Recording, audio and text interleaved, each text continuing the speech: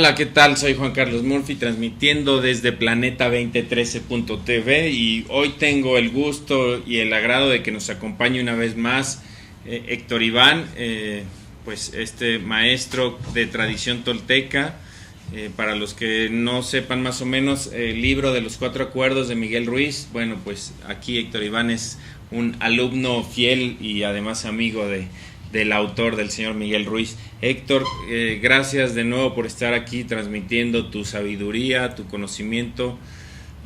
Pues, ¿qué nos tienes de nuevo una vez más acá? Hola, pues primero el gusto de estar con ustedes de nuevo. El gusto es para Planeta y para mí, por supuesto. Igualmente. Y bueno, pues sabes que estaba pensando un poquito en lo que estuvimos platicando en la comida del domingo, y ahora que estabas refiriendo sobre los toltecas, hay una cosa muy interesante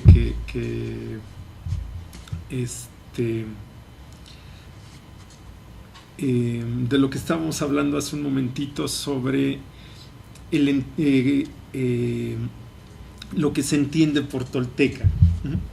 La palabra tolteca es una palabra muy simple, es una palabra que significa artista. Tiene que ver con una filosofía de México, de Mesoamérica, muy antigua, pero muy actual, que podrías llamar la filosofía del artista, la filosofía del arte de la vida. Es la tradición de nuestros ancestros que entendían que la vida es un arte, que en la vida nosotros somos creadores y creaciones al mismo tiempo. Uh-huh. Y el entender cómo creamos ese arte, el arte de crearte a ti mismo.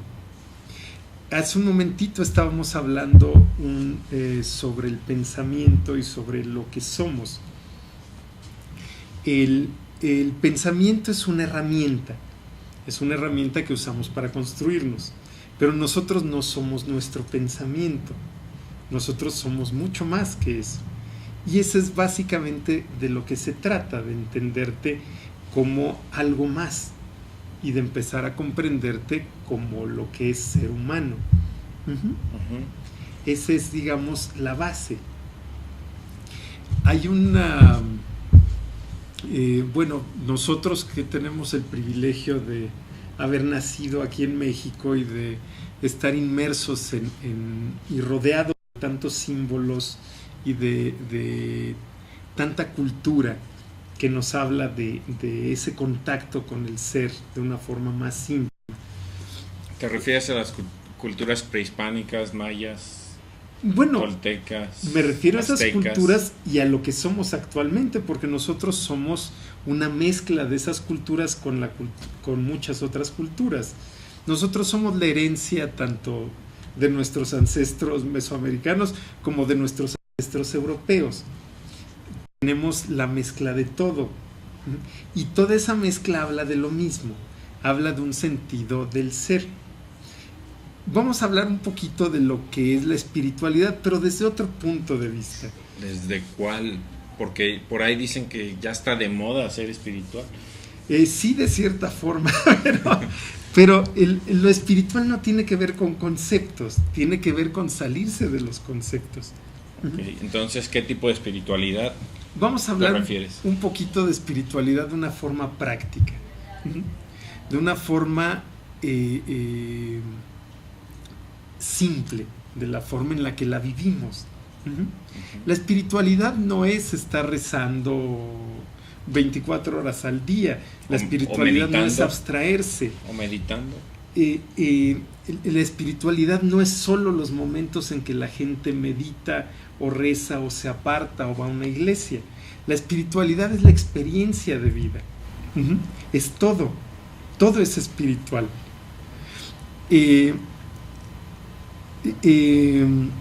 Si tú te pones a reflexionar un poquito sobre ti mismo y sobre lo que eres, te vas a dar cuenta de una cosa de forma muy simple. Cuando tú piensas y te defines y dices, bueno, Juan Carlos es así, Juan Carlos no es así, Juan Carlos debe ser así. Esas definiciones de Juan Carlos no son Juan Carlos, son solo un concepto que tienes de ti mismo. Pero no es todo lo que eres. Este cuerpo no es todo lo que eres. Este cuerpo es solo algo que te da una experiencia material, es un vehículo sensorial, es parte de ti, pero no es todo lo que eres. Tus emociones son una gran parte de ti que enriquece tu vida. Somos seres sumamente emotivos, pero no somos únicamente nuestras emociones, somos algo más. Cuando tú observas a un ser humano, a cualquier ser humano, o cuando tú observas a cualquier ser o cualquier cosa que existe, te vas a dar cuenta que hay algo, hay una fuerza que te da una cohesión, hay una fuerza que alimenta tus pensamientos, hay una fuerza que mantiene este cuerpo ensamblado y moviéndose. ¿La voluntad? Bueno, esa es parte de esa fuerza. Hay una fuerza que alimenta y da energía a tus emociones. Esa fuerza tú la puedes llamar voluntad, la puedes llamar vida, la puedes llamar espíritu, alma, le puedes poner el nombre que tú quieras. Pero esa fuerza es lo que te da sentido, es lo que te da esta existencia como Juan Carlos, o esta existencia como Héctor, o esta existencia como todo lo que ves que te rodea. Esa fuerza es lo que es tu esencia. Si tú le llamas espíritu, bueno, te estás refiriendo a esa fuerza espiritual. Una existencia espiritual es todas las existencias son espirituales, todas las vivencias son espirituales, porque todas parten de esa fuerza. Okay. Los taquitos de mariscos que nos comimos el domingo, bueno, hay una fuerza que nos permitió comerlos. Un deseo, ¿no? Una voluntad. Así es, y la fuerza en ti que te mantiene vivo para tener esa experiencia. Entonces, comerte unos tacos es una experiencia espiritual. Sí, entonces, a grandes rasgos, la vida es espiritual, no está separada del cuerpo. Y este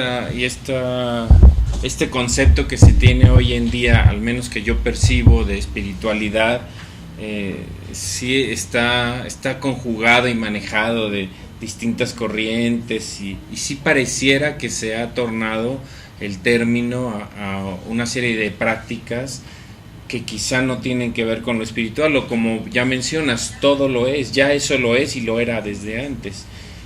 Quizá te pregunto, la magia de esto es saber reconocerlo. Exactamente, esa es la parte interesante. Cuando tú eres consciente de tus experiencias como algo espiritual, entonces eres consciente de lo divino en ti, de lo divino en tu cuerpo, de lo divino a tu alrededor. Y eres consciente de esa fuerza en todos, no solo en ti. Entonces se vuelve simple. No se trata de algo que haces solo cuando te sientes o crees que eres bueno. No se trata de algo que haces cuando te logras abstraer del mundo por un momento. Es algo que haces continuamente. Es entenderte como un ser que es al mismo tiempo uno solo y al mismo tiempo parte de un todo. ¿Cómo logramos llegar a ese nivel? ¿Sería lo correcto? ¿Sería nivel de conciencia o nivel humano? ¿O se vuelve a jerarquizar todo como lo es la sociedad? Okay. Cuando comenzamos a jerarquizarlo, salimos de ese plano espiritual, por llamarle de una forma, y entramos en otro plano que también es parte de la experiencia espiritual, pero no es la experiencia material, es el plano mental.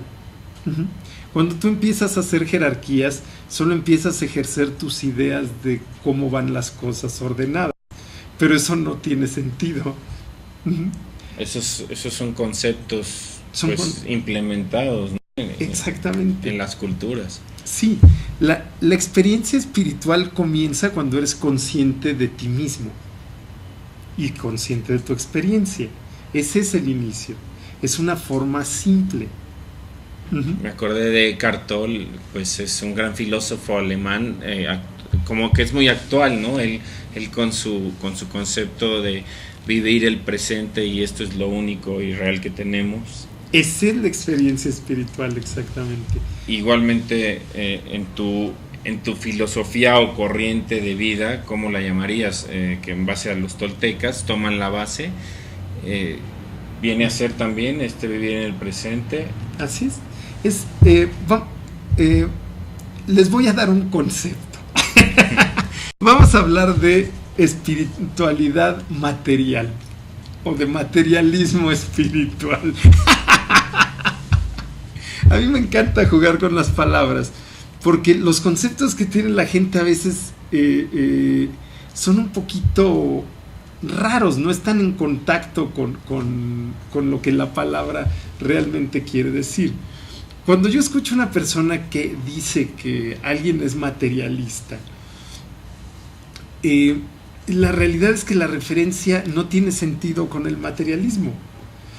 Cuando una persona está muy preocupada o muy agobiada por el dinero, por las posesiones, por la idea, por el estatus o una posición económica o social, realmente no es una persona materialista, es una persona idealista, es una persona que vive en un concepto. Tiene un concepto de cómo deben ser las cosas, cómo lo deben ver los otros, cómo debe sentirse y cómo debe verse. Entonces vive en un concepto, no vive en la materia. Una persona material, pues es una persona que disfruta todo lo que es material, empezando por el cuerpo. Entonces es una persona espiritual, reconoce la experiencia de este espíritu en esta materia. El problema que tenemos en una buena parte de nuestras sociedades es que le damos una importancia desmedida al pensamiento, le damos una importancia que no tiene. Te pongo otro ejemplo, otro concepto, el concepto de inteligente. Hay muchas personas que piensan que una persona inteligente es una persona que piensa mucho, lo cual no tiene sentido. Si tú piensas, por ejemplo, en un carpintero, o piensas en un ingeniero, o piensas en un técnico de cualquier área, te vas a dar cuenta que esa persona usa sus herramientas lo menos posible, las usa con precisión. Si tú vas a un taller mecánico, no vas a ver al mecánico abrazando todas sus herramientas y tratando de meterlas todas en el mismo lugar. Lo vas a ver observando, escuchando y en algún momento metiendo una herramienta, solo en algún momento, con precisión. Eso es una inteligencia. La inteligencia es usar nuestro pensamiento con precisión, no pensar todo el tiempo, no obsesionarnos o agobiarnos. De hecho, todos sabemos cómo funciona, porque todos lo experimentamos. Cuando algo está dentro de nuestra área de experiencia, algo que sabemos hacer, algo que hemos practicado mucho, no necesitamos pensarlo, o lo pensamos muy poco. Si tú ves a un repostero que hace pasteles, no está todo el tiempo pensando en la receta. Tiene ya un sentido de qué es lo que lleva, qué le va a producir cada ingrediente, entonces no tiene que estar pensándolo todo el tiempo. Una persona que es inconsciente prácticamente. Es una práctica inconsciente, es una práctica que hacemos compulsivamente, especialmente cuando tenemos problemas o cuando estamos agobiados. Si tenemos problema en una relación, en lugar de preguntarle a la persona qué es lo que siente y vivir las cosas sobre un presente, nos agobiamos y estamos asumiendo qué es lo que el otro piensa, qué es lo que el otro debe creer, qué es lo que el otro no debe creer, en lugar de preguntarle. Y lo mismo hacemos sobre nosotros. Entonces hay que preguntar. Hay que preguntar, hay que entender que el pensamiento debe reflejar la realidad. Esa es la parte más importante. El pensamiento debe reflejar siempre el presente. El pasado y el futuro existen dentro del presente, no existen fuera del presente. Hace un momentito estábamos hablando de historias. Nuestros pensamientos son historias. Nos contamos historias todo el tiempo. La idea que Juan Carlos tiene de Juan Carlos no es Juan Carlos, es la historia que te cuentas de Juan Carlos. Juan Carlos nació, probó alguna vez el helado de... ¿Cuál es tu helado favorito? El helado de limón, y le gustó desde entonces. Entonces cada vez que se sienta en un restaurante y pide un helado de limón, se cuenta la historia de la primera vez que se comió un helado de limón. Ahora, aunque tú puedas entender que la historia es pasada, la realidad es que tú haces la historia presente en el momento en que te la cuentas. Te traes emociones, creas emociones. Creas una experiencia y la refieres con el pasado, pero la experiencia es siempre presente. El pasado no existe por sí mismo, el futuro tampoco existe, es una expresión de tu presente. Cuando tu presente cambia, tu futuro cambia y tu pasado cambia. Pero sí existe el futuro en determinado pensamiento, cuando tú sabes que mañana tienes una boda y que vas a pasar a la tintorería por tu traje. Ajá. Estás construyendo ya el día de mañana. Bueno, tienes una idea del futuro, pero ese futuro no existe todavía. Pero lo estás ya imaginando. Existe solo en tu imaginación. En tu imaginación tú te dices, voy a pasar por mi traje, y puedes imaginarte cómo va a ser la escena, pero hasta que no vives la escena no es no es real. O no es verdadera. Exactamente. No es verdadera en el sentido material, es verdadera en el sentido de tu idea. Tus ideas pertenecen a otro plano. La palabra verdadero es una palabra un poquito... Engañosa, porque normalmente referimos la verdad a lo que nosotros pensamos. Y lo que nosotros pensamos no tiene que ver con la realidad. Es solo una referencia, es solo una historia de la realidad. No sé si tengas... A ver, voy por una taza, no tardo. Aquí te esperamos. Total, nos acompaña el sol. Este sol, pues yo te puedo decir que ha hablado con este sol. Es mi realidad. Me vas a decir, pues, estás loco. No, es lo que te decía. La realidad es que todos estamos locos de cierta forma. La locura tiene que ver con vivir la vida a través de otro plano de existencia, que es nuestro plano mental. A ver, vamos a entender la taza. Sí. Esta taza que ustedes ven trae un corazón. Trae un corazón en la parte que ustedes ven. Ahora, si nosotros hablamos de lo que vemos de la taza y lo que pensamos de lo que vemos de la taza, lo único que vamos a hacer es describir nuestro punto de vista. Ajá. Entonces, las personas que nos están viendo van a describir una taza con la oreja del lado izquierdo y con un corazón al frente. Pero eso no es lo que nosotros vemos. En nuestro punto de vista, es una taza que tiene la oreja del lado derecho y que dice: la vida me apoya. Ahora, ¿cuánta verdad hay en eso? Sí. Ahora, si las personas que nos están viendo estuvieran aquí y comenzáramos una discusión sobre la realidad de la taza, ellas dirían: qué bonita es la taza con el corazón, y nosotros le diríamos: ¿de qué taza estás hablando? Aquí no hay ninguna taza con corazón. Ajá. Porque nuestro punto de vista es otro. Las ideas, el mundo de las ideas, es un punto de vista. Y como tal, no es la realidad, es otra realidad, solo es la realidad como tú la creas, como tú la ves. Es como una cámara.